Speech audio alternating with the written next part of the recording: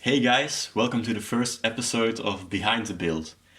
This is going to be a really short three-part series in which we talk about all the major aspects that you have to think about when building a big MOC like our Naboo MOC. In our first episode, we'll be talking about all the different steps that you should go through before starting such an endeavor. In our second episode, we will be going over our experiences when building Naboo and the hiccups that we had along the way when building. And lastly, in our third episode, we will be talking money. We will try to give you guys an estimate of how much it would cost to make a MOC like Naboo. So without further ado, let's get right into the first episode. If you want to build a really big MOC, you should, in our opinion, go over these 5 steps before you start building. Step number 1. You should really think your concept through. You have to be sure that you love your idea and that you're 100% convinced that it's the MOC that you want to make. The biggest reason why you have to be certain about your choice is because you will be spending many hours building it. So if you aren't completely engaged in the idea, then you'll probably start doubting yourself throughout the build. For us, this wasn't much of an issue. We were both really eager to build a MOC on the planet of Naboo.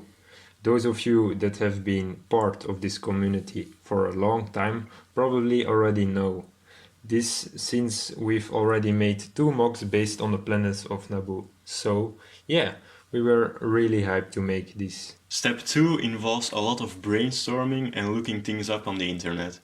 You should look up as much about the MOC that you want to build as you can.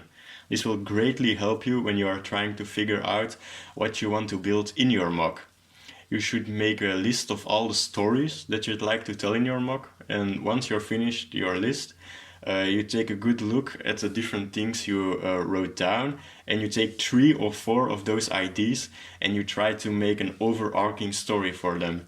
This will be a red thread throughout the MOC.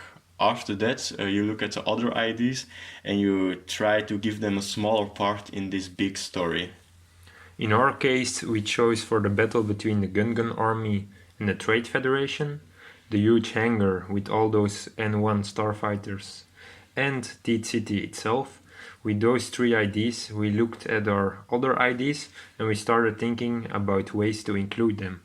The fight between Maul and Obi-Wan was an easy one to include, but some harder ones, like the Blue Shadow virus lab and the throne room, couldn't be realized in the end, so we had to abandon them. The third step will determine if the MOC turns out great or bad, and that's the size of the MOC. The most important thing to keep in mind when choosing the size of your MOC is of course your collection and how much you are willing to invest in the MOC. Personally, we think that there isn't anything wrong with going smaller. You just really want to make the MOC as detailed as you can.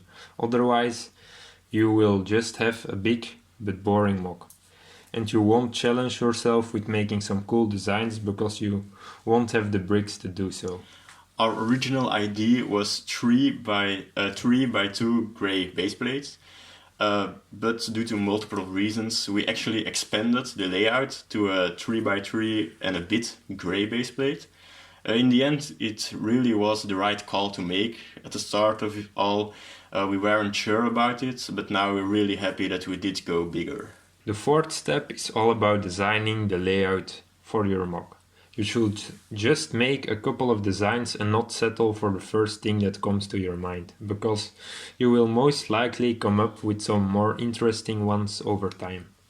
We made a couple of sketches on our computers, as well as a really crappy one with pen and paper.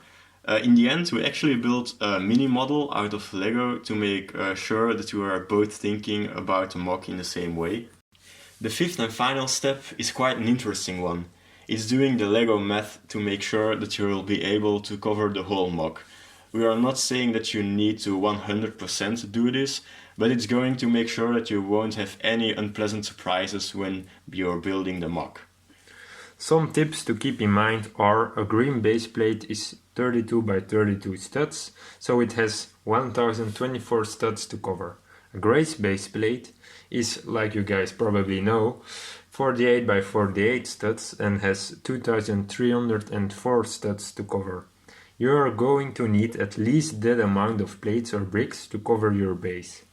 But when you are planning on making some type of hill or curvature in your MOC, then you should multiply the number of studs by 1.5 or 2, since you are putting plates on plates or bricks on bricks or whatnot, so you will be losing studs.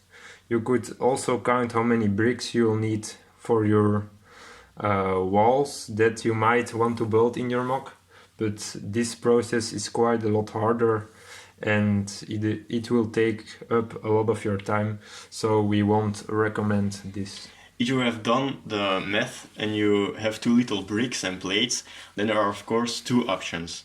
Option 1, you go and make your MOC a bit smaller. Of course that will take you back to step 3, so you'll have to redo step 4 as well.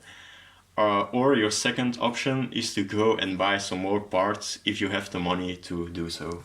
So guys, this was the little list of things to do before starting to build on a huge MOC. We really hope that this has helped you out or that it will be useful in the future for you.